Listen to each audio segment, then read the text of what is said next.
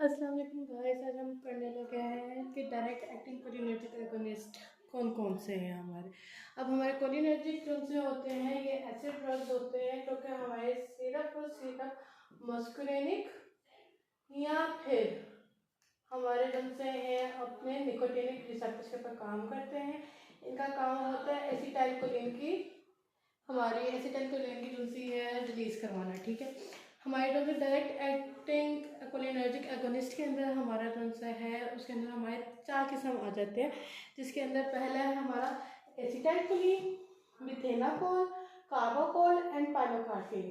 अगर हम एसिटाइलकोलिन की बात की जाए तो एसिटाइलकोलिन जो है हमारा टर्शियरी अमाइनो कंपाउंड है। ठीक है, फिर ये हमारा नॉन सेलेक्टिव है। नॉन सेलेक्टिव से मुराद है कि हमारा मस्कुलिनिक और निकोटिनिक दोनों के ऊपर एक्ट कर सकता है। ठीक है, अगर हम इसकी वर्किंग की बात की जाए हार्ट के ऊपर, तो ये हमारे जो हार्ट रेट को डिक्रीज करवाता है। क्यों करवाता है? क्योंकि ये वेगस स्टिमुलेशन करवाता है। वेगस स्टिमुलेशन जो है हमारी वेगस नर्व से निकली है। ठीक है, हमारी वेगस नर्व जो है अमूमन हमारी कौन है कि एक्टिविटी को इंक्रीज करवाता है, लेकिन यहाँ पे वेगस स्टिमुलेशन से मुराद है कि डिक्रीज करवा देना।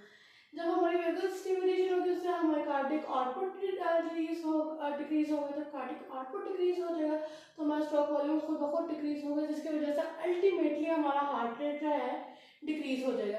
अगर हम अपनी वेसल्स की बात की जाए, वेन्स या आर्टरीज के ऊपर, तो ये हमारी जो है पीपी डिक्रीज करवाता है। वो कैसे? वेज़ोडाइलेशन की वजह से।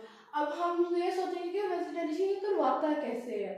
अगर वेज़ोडाइलेशन करवाने की अगर बात की जाए तो ये जैसा है हमारा, हमने पढ़ा था रिसेप्टर्स के अंदर कि जैसा हमारे जितने भी स्मूथ मसल्स है उनके अंदर अगर हम पैरासिम्पैथेटिक सिस्टम के अंदर चेक किया जाए तो M3 रिसेप्टर्स उनके अंदर अवेलेबल होते हैं।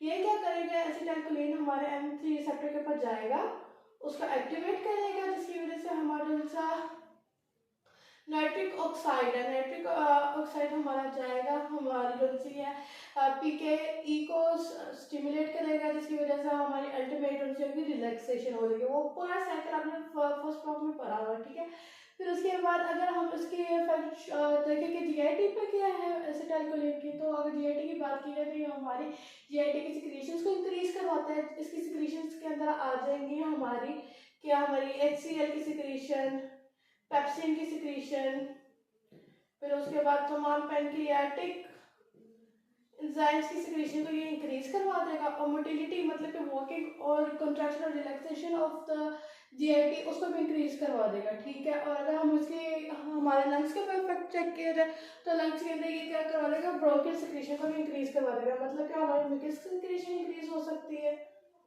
ठीक है, ब्रोंकियल सिक्रीशन के अंदर ज़्यादा हमारी म्यूकस सिक्रीशन नहीं आती है। फिर अगर हम अपनी यूनिट ट्रैक के अंदर किया जाए तो यूनिट ट्रैक के अंदर ये यूट्रोसल मसल को क्या करवाता है? हमारा टोन करवाता है, यानी कि कॉन्ट्रैक्ट करवाता है। साथ ही साथ ये हमारा ट्राइगोनल मसल और हमारा जो सा है स्फिंक्टर मसल उनको रिलैक्स करवाता है, जिसकी वजह से हमारी यूरिनेशन इंक्रीज हो जाती है। ठीक है, हम अगर हम आइस के ऊपर इसके इफेक्ट देखा जाए तो ये सिलरी मसल्स को कंट्रैक्ट करवाता है और साथ ही साथ हमें स्फिंक्टर मसल्स को भी कंट्रैक्ट करवाता है, जिसकी वजह से मियोसिस हो जाती है।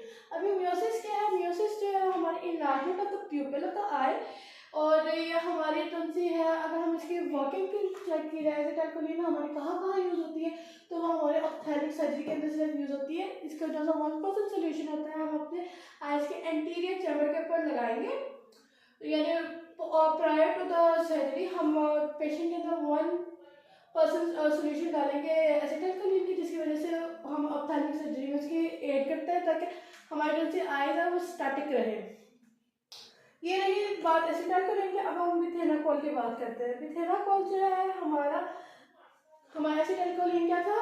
Non selective. अब मिथेनाकोल है वो सिलेक्टिव है, वो सिर्फ मस्कुरेनिक के ऊपर ही एक्ट करेगा, वो किसी और के ऊपर नहीं एक्ट करेगा। और यह हमारा कार्बामाइल एस्टर है ये। ठीक है, ये टाई हमारा है एसिटाइलकोलिन की तरह, ये एक्शन शो करेगा लेकिन पर्टिकुलरली एसिटाइलकोलिन नहीं है। ठीक है, अगर हम कहें कि ये अगर हम कहें कि ये हमारे एसिटाइलकोलिन एस्टरेज के साथ हाइड्रोलाइज हो जाएगा, नहीं, ये उसके साथ नहीं होगा। ये हमारे होगा डिफरेंट एसिटाइल डिफरेंट एस्टरेज की वजह से ये हमारा हाइड्रोलाइज होगा, लेकिन ये हमारा का जो सा है एसिटाइलकोलिन एस्टरेज की वजह से नहीं हाइड्रोलाइज होगा, ठीक है।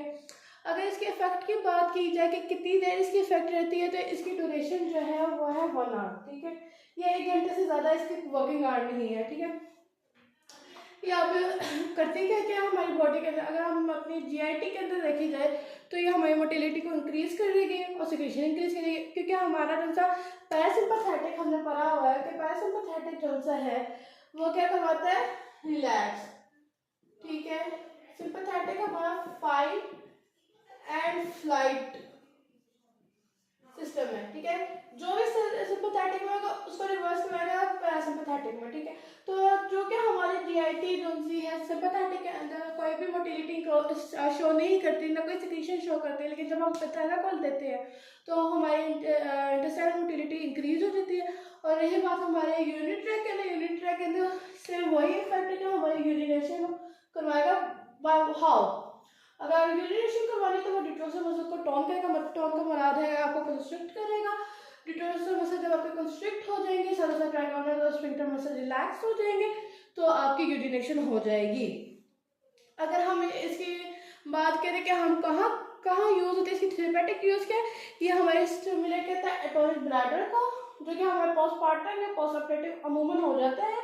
अब एटोनिक ब्लैडर से क्या मुराद है, एटोनिक ब्लैडर एक ऐसी कंडीशन है जिसके अंदर हमारे जो से यूरिन होता है ये हमारे ब्लैडर से कंप्लीटली डिस्चार्ज नहीं होता, ठीक है। कुछ ना कुछ रिटेंशन रह जाती है, तो वो उसको ट्रीटमेंट करने के लिए हमारा होता है, ठीक है। फिर उसके बाद हमारा नॉन ऑब्स्ट्रक्टिव यूरिनरी रिटेंशन के लिए होता है। फिर न्यूरो, और कभी कभार ये जो है हमारे न्यूरोजेनिक एटोनी और मेगाकोलोन की जो सी सर्जरी है उसके लिए यूज किया जाता है, ठीक है। अगर इसकी साइड इफेक्ट की बात की जाए, यानी कि एक्सेसिव यूज कर लिया जाए, तो क्या क्या साइड इफेक्ट हो सकते हैं। इसकी साइड इफेक्ट के अंदर इसकी स्वेटिंग आ जाएगी, सैल्वेशन आ जाएगी, हमारे बीपी डिक्रीज करेगा, नोजिया हो जाएगा, अब्डोमिनल पेन होगा, ब्रोंकोस्पाज्म होगा। हमारा ऑलरेडी जो है नॉर्मल कंडीशन के अंदर हमारी स्वेटिंग जो है हमारे ग्लैंड्स वगैरह हमारा रिलैक्स कर रहे होते हैं, वो अपने नॉर्मल वक्त पे होता है। जब हम उसको और छोड़ देंगे और ढीला छोड़ देंगे तो ऑफकोर्स उन्होंने कोई ना कोई काम दिखाना है, ठीक है। सिंपैथेटिक में आपकी जो से ब्रोंकियल डायलेशन होती है, लेकिन पैरासिम्पैथेटिक में आपकी डायलेशन को कम कर कंस्ट्रिक्शन में चली जाती है, ठीक है। तो जब हम और उसको इफेक्ट शो करेंगे तो ब्रोंकोस्पाज्म हो जाएगा, मतलब कि और वो रिलैक्स हो जाएगा, जिसकी वजह से हम कंस्ट्रिक्ट हो जाएगा, जिसकी वजह से हमें जो चाहिए ब्रेथ नहीं आएगा, ठीक है। अब्डोमिनल पेन, मोटिलिटी इंक्रीज करेगी, स्पैजम्स भी इंक्रीज करेंगे, स्पैजम्स इंक्रीज करेंगे तो अब्डोमिनल पेन भी होगी। बीपी कैसे कम होता है वो मैंने ऑलरेडी आपको एसिटाइलकोलिन में बता दिया हुआ है, ठीक है। और नोजिया भी हमारी मोटिलिटी इंक्रीज होने की वजह से है। अब हम आ जाते हैं कार्बाकोल के ऊपर। कार्बाकोल भी जो है हमारा ये है कार्बोनिक एसिड का एस्टर है, ठीक है। ये हमारा नॉन सेलेक्टिव है। नॉन सेलेक्टिव मैंने पहले भी बताया, नॉन सेलेक्टिव को मिला देंगे मस्कुलिनिक और निकोटिनिक दोनों के ऊपर काम करेगा, ठीक है। जब ये हमारे दोनों के ऊपर काम करेगा तो क्या करेगा, हमारा सीवीएस कार्डियोवास्कुलर जो सिस्टम है और जीआईटी उनके अंदर गैंग्लियोनिक स्टिमुलेशन करेगा। गैंग्लियोनिक स्टिमुलेशन से मुराद है कि ये पहले हमें एक्साइट करेगा हमारे सिस्टम को, फिर एकदम से उसको डिप्रेस कर देगा, ठीक है। ये अमूमन हम देते हैं नहीं है सिस्टमैटिक के लिए, लेकिन अगर सिस्टमैटिक इफेक्ट पड़ना है इसको तो ये है। और ये अपनी जो चूंकि हमने कहा कि ये निकोटिनिक भी है तो निकोटिनिक रिसेप्टर्स पर भी काम करता है, तो ये अपनी निकोटिनिक एक्टिविटी की वजह से ये हमारी कौन सी है एड्रिनल मेडुला से एपिनेफ्रिन की भी रिलीज करवा सकता है। लेकिन हम इसको ज़्यादातर यूज़ लोकली करते हैं, सिस्टमैटिक नहीं यूज़ करते, क्योंकि सिस्टमैटिक में इसके पे बहुत ज़्यादा साइड इफेक्ट आ जाएंगे। तो लोकली अगर यूज़ किया जाता है ये सिर्फ हमारी आइज के लिए यूज़ होते हैं, या हमारे जो सी आइज जब हम डालते हैं तो ये हमारा एसिटाइलकोलिन की तरह एक्शन भी करता है, और जो है हमारा ग्लूकोमा के ट्रीटमेंट के लिए यूज़ होता है। वो आप ग्लूकोमा के ट्रीटमेंट कैसे करेगा, ग्लूकोमा की ट्रीटमेंट इस तरीके से करेगा कि ये हमारे इंट्राओकुलर प्रेशर को डिक्रीज करेगा, जो हमारी आइज के अंदर प्रेशर है उसको डिक्रीज करेगा, हमारी पिपिलरी कंट्रैक्शन करवाएगा, जिसकी वजह से हम ट्रीट कर सकते हैं ग्लूकोमा को। फिर आ जाता है पायलोकार्पिन के अंदर। पायलोकार्पिन जो है हमारा टर्शियरी अमाइन है, ठीक है। ये हम इसको कभी भी हम इसको सिस्टमैटिक नहीं देंगे, हम इसको हमेशा लोकली देते हैं, और ये हमारे ग्लूकोमा के ट्रीटमेंट के लिए ड्रग ऑफ चॉइस है। अब इसको ड्रग ऑफ चॉइस क्यों कहा गया है, क्योंकि ये टुनसा है हमारा, जब हम इसको ड्रॉप्स आइस में डालते हैं तो ये हमारे टुनसा है ट्यूबिकुलर मेरिस्टेलम का कैनाल से वो डायरेक्ट हमारा टुनसा करवा देता है, मियोसिस करवा देता है, इसकी रैपिड एक्शन इसका है। और इसकी जो ड्यूरेशन है वो 4 to 8 आवर्स है। और ये सिर्फ और सिर्फ मस्कुलिनिक रिसेप्टर्स के ऊपर काम करेगा। अगर हम इसको अपनी सिस्टमेटिक वे में लेकर आए तो फिर वो क्या क्या ट्रीट कर सकता है हमारा सर्जन सिंड्रोम और ज़ोस्टोमा जो है वो ड्राइंग ऑफ माउथ है। सर्जन सिंड्रोम आप लोगों के लिए असाइनमेंट है कि आप लोग चेक करें कि है क्या, ये भी हमारे ड्राइंग ऑफ माउथ के रिलेटेड है, ठीक है। फिर उसके बाद जो आता है कि हमारा पोटेंट स्टिमुलेशन करवाती है सिक्रीशंस की, ठीक है।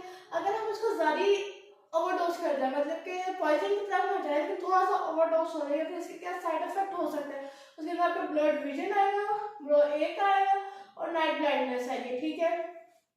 और अगर इसकी पॉइजनिंग हो जाती है, खुदा ना खास्ता पॉइजनिंग हो जाती है, डॉक्टर से नहीं प्रॉपर आपकी डोजिंग की गई, पॉइजनिंग हो जाती है पेशेंट के अंदर, तो उसकी वजह से क्या होगा, स्वेटिंग भी इंक्रीज हो जाएगी, सैलवेशन भी इंक्रीज हो जाएगी। और आपको शायद पता हो कि एक मशरूम है इनोसाइड जीनस का, वो भी पॉइजनिंग करती है ह्यूमन के अंदर, ठीक है। उसकी तरह सिम्टम्स आ जाएंगे। तो हम इसको ट्रीट कैसे करेंगे, हम इसको ट्रीट करने के लिए जो है एट्रोपाइन का यूज करेंगे। जो एट्रोपाइन है हम इसके बारे में आगे पढ़ेंगे, ये हमारा एंटागोनिस्ट है, ठीक है। ये आज के लिए था डायरेक्ट एक्टिंग कोलिनर्जिक एगोनिस्ट। इसके नोट्स आपको मेरे इंस्टाग्राम पर मिल जाएंगे और कोशिश करेंगे कि इंस्टाग्राम के लिंक अपने नीचे बायो में लिख दूँ, नहीं तो इसी नाम से मेरा इंस्टाग्राम पर भी है, लेकिन फॉर्मेट इजियर। Thank you.